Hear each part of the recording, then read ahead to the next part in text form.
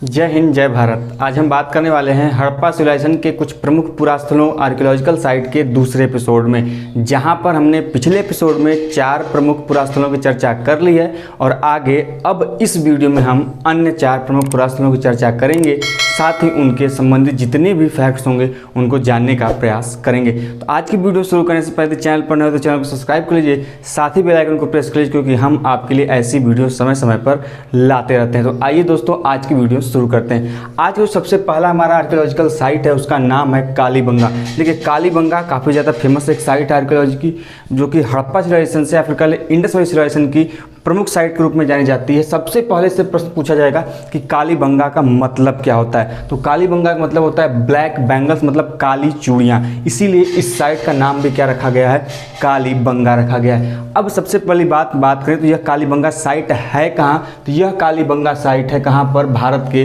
राजस्थान राज्य में स्थित है। और यह जो राजस्थान के पूछ लिया जाएगा कि यह किस नदी के किनारे स्थित है, तो यह कालीबंगा जो साइट है यह घग्गर जो नदी है वह उसके बाएं तरफ के किनारा जो है घग्गर नदी का, उस पर स्थित है आपकी यह कालीबंगा वाली साइट। अब देखिए इसके एक्सकेवेशन और खोज की बात करें, ध्यान देने योग्य बात है कि यदि कालीबंगा के हम खोज की बात करें तो कालीबंगा का खोज किया था किसने, ए घोष।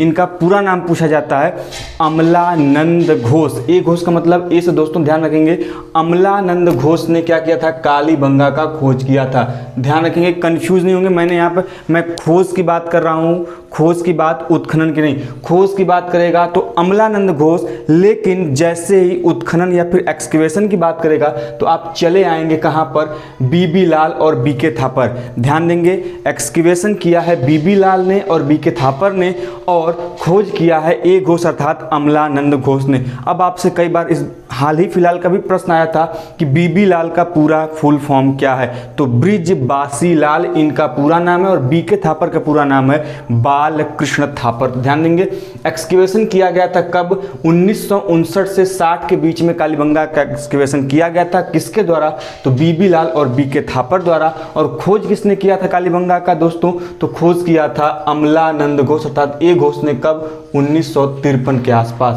बात करें हम मेजर फाइंडिंग्स की, कौन कौन सी चीज़ें यहाँ से हमें प्रमुख रूप से देखने को मिलती हैं, तो इसमें सबसे पहले हमें मिलता है जुते हुए खेत का प्रमाण, मतलब फरोड लैंड, मतलब बात करें कि यहाँ पर हल से जोते गए खेत का प्रमाण मिलता है। सबसे इसीलिए फेमस यह साइट है कि जुते हुए खेत का प्रमाण दोस्तों कहाँ से मिलता है, इसको टिक कर लेंगे, इंपॉर्टेंट करके लिख भी लेंगे, तो यह मिलता है कहाँ से दोस्तों, कालीबंगा से। दूसरी सबसे प्रमुख चीज़ यहाँ पर है कि हमें यहाँ पर अग्नि के, मतलब जो क्या कहते हैं, जो फायर अल्टर्स हैं, अग्नि वेदिकाएं जिसको हिंदी में बोलते हैं हम लोग, फायर अल्टर्स को, उसके 7 गड्ढे ऐसे हैं जो कि हमें फायर अल्टर्स या फिर अग्नि वेदिका के रूप में देखे जा सकते हैं। उनके प्रमाण हमें देखने को मिलते हैं कहाँ से भी दोस्तों, तो वो भी मिलते हैं हमें कालीबंगा से। तो ध्यान रखेंगे फायर अल्टर्स, साथ में वहाँ पर हमें कैमल के बोन अर्थात ऊँट के जो हड्डी हैं वह भी प्राप्ति होती है हमें कहाँ से दोस्तों, कालीबंगा से। तो ध्यान रखेंगे 7, संख्या कितनी अग्नि वेदिकाओं की, फायर अल्टर्स की 7 है, ध्यान रखेंगे, नोट करते हुए चलेंगे चीज़ों को। और कैमल्स बोन मतलब ऊँट की हड्डी का भी प्रमाण हमें कहाँ से मिलता है, कालीबंगा से। और एक और इंपॉर्टेंट चीज़ है कि यहाँ से हमें 2 प्रकार के समाधान या फिर बरियल्स देखने को मिलते हैं। एक जो समाधान है वह है रेक्टेंगुलर, जिसको हम बोलते हैं आयताकार, और दूसरा है सर्कुलर, मतलब 2 प्रकार के हमको बरियल्स यहाँ पे देखने को मिलते हैं। पहला रेक्टेंगुलर बरियल, दूसरा मिलता है सर्कुलर मतलब गोलाकार बरियल। तो हमने 3 प्रमुख चीज़ें इसमें डिस्कस की, जुते हुए खेत का प्रमाण, 7 अग्नि वेदिकाओं जो गड्ढे के रूप में प्राप्त हुई है उसका प्रमाण, साथ ही हमें यहाँ पे 2 प्रकार के बरियल्स मिलते हैं, एक रेक्टेंगुलर एक सर्कुलर।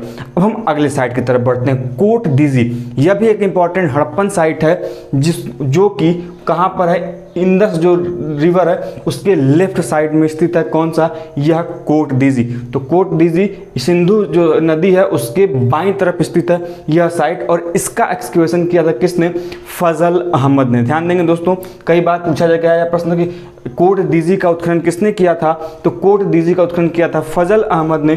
कब, तो 1955 से 1958 के मध्य किया गया था इसका एक्सकेवेशन। ध्यान रखेंगे किसके द्वारा, फजल अहमद के द्वारा। कई बार यह प्रश्न आया है।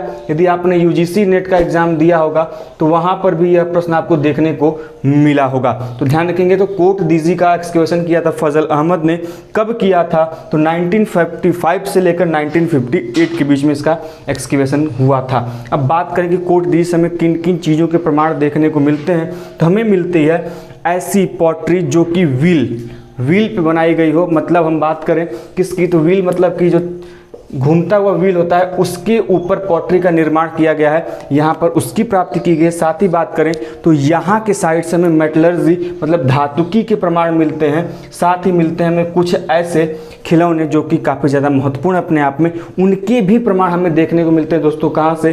तो कोट डीजी जो साइट है हड़प्पन, वहाँ से देखने को मिलते हैं। और साथ में हमें कुछ 5 ऐसे प्रमुख मदर गॉडेस की मूर्तियाँ मिली जो अपने आप में महत्वपूर्ण है, वह भी कहाँ से मिली हैं?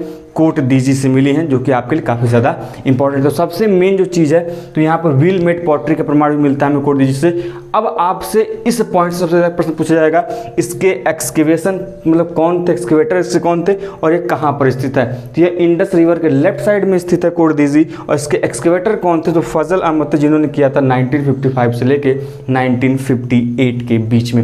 हम अगले साइड की तरफ बढ़ते हैं जो है रंगपुर। काफ़ी ज़्यादा फेमस है चावल के प्रमाण के लिए अपने आप में। कई बार इससे प्रश्न पूछा जाएगा कि सिंधु घाटी सभ्यता का वह कौन सा पूरा स्थल है, वह कौन सा आर्कियोलॉजिकल साइट है जहां से हमें कल्टीवेटेड राइस का प्रमाण मिलता है? तो वह साइट है रंगपुर। यह रंगपुर साइट भारत के गुजरात राज्य में स्थित है, सबसे पहली बात। साथ में बात करें इसके एक्सकेवेशन की, तो इसका एक्सकेवेशन किया था किसने? MS वत्स और BB लाल और SR राव, तीनों ने एक क्रम से किया था इसका एक्सकेवेशन। लगभग 1953 के आसपास इसका एक्सकेवेशन किया गया है। अब आपको मैंने बताया अभी BB लाल का फुल फॉर्म पूछा जाता है कई बार, ब्रिजबासी लाल। SR राव भी फेमस हैं, इनको आप पढ़ेंगे कब? जब हम आपको आएंगे लोथल जो आर्कियोलॉजिकल साइट है हड़प्पन, यह उसके भी एक्सकेवेटर रहे हैं। ध्यान रखेंगे, कई बार इनकी कई पुस्तक भी आई है लोथल पे, इन्होंने द्वारिका का भी एक्सकेवेशन किया है। ध्यान रखेंगे। तो SR राव जो हैं यह क्या है? BB लाल और MS वत्स रंगपुर के एक्सकेवेटर में से एक माने जाते हैं। उन्होंने 1953 के आसपास इसका क्या किया था? एक्सकेवेशन किया था और इसके बारे में जानकारी दी थी। अब हम बात करें तो रंगपुर किस नदी के किनारे स्थित है? तो जो महर नदी है वहाँ की, वह इसके लेफ्ट साइड में स्थित है यह रंगपुर। ध्यान रखें, कई बार पूछा जाता है प्रश्न।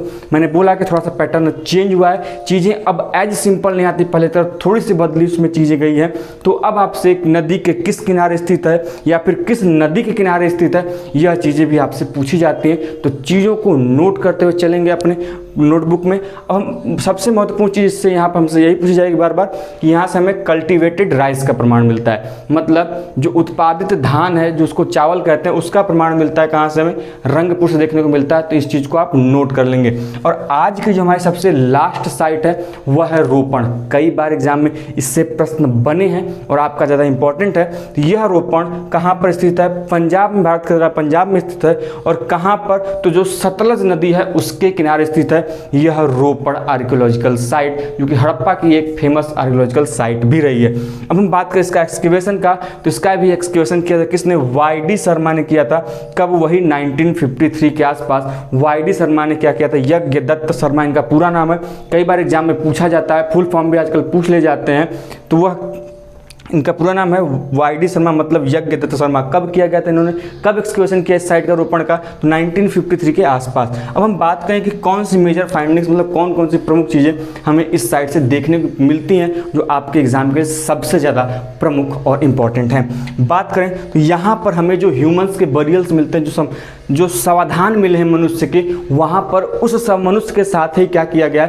एक कुत्ते को दफनाया गया। यह पॉइंट काफ़ी ज़्यादा इंपॉर्टेंट है, आप ध्यान रखेंगे। कई बार एग्जाम में पूछा गया है कि वह कौन सा साइट है आर्कियोलॉजिकल हड़प्पा का जहाँ पर मनुष्य के साथ कुत्ते को भी दफनाया गया है? तो वह आर्कियोलॉजिकल साइट है कौन सी? रोपड़। ध्यान रखेंगे दोस्तों। अब हम बात करें तो यहाँ पर हमें मड रेक्टेंगुलर मतलब आयताकार मड रिक चैम्बर भी मिला है। साथ ही हम बात करें लास्ट अपने पॉइंट की, तो यह जो रोपड़ साइट है काफ़ी ज़्यादा फेमस है क्योंकि यहाँ पर हमें 5 फोल्ड कल्चर मतलब 5 अलग अलग कालों के प्रमाण देखने को मिलते हैं, जिसमें से हड़प्पन साइट खुद ही सबसे पहले, फिर PGW जिसका फुल फॉर्म आपसे बार बार पूछा जाता है, और NBPW, यह दोनों मिले हैं। फिर कुषाण गुप्ता के भी यहाँ पर कल्चरल प्रमाण मिलते हैं और खत्म होता है जाकर कहाँ दोस्तों, मेडिवल पीरियड पे। शुरुआत कहाँ हो रही है दोस्तों, तो हड़प्पन साइड से हो रही है और खत्म कहाँ पे हो रहा है, मेडिवल इंडिया के आसपास खत्म हो रहा है। अब हमने दो टर्म यहाँ पर आपको देखने को मिला, पहला मिला PGW, दूसरा मिला NBPW। इससे प्रश्न बार बार बनते हैं दोस्तों, फुल फॉर्म पूछा जाता है। PGW का मतलब होता है दोस्तों painted grey ware, painted grey ware बोलते हैं, और NBPW को बोलते हैं northern polished ware, northern black polished ware, बीच छूट गया, ध्यान रखेंगे। तो PGW यदि बात करें दोस्तों आपसे, तो उसका फुल फॉर्म ध्यान रखेंगे पेंटेड ग्रे वेयर, चित्रित धूसर मृदभांड बोलते हैं हिंदी में, चित्रित धूसर मृदभांड हिंदी में बोलेंगे।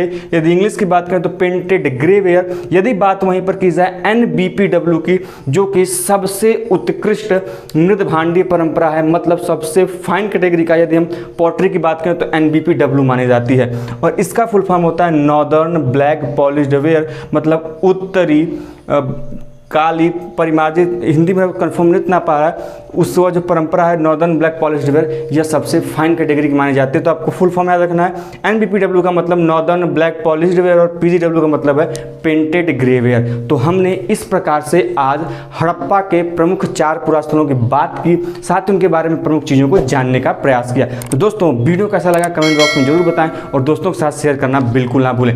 मिलते हैं ऐसे इंटरेस्टिंग वीडियो के साथ नेक्स्ट वीडियो में, तब तक के लिए जय हिंद, जय भारत।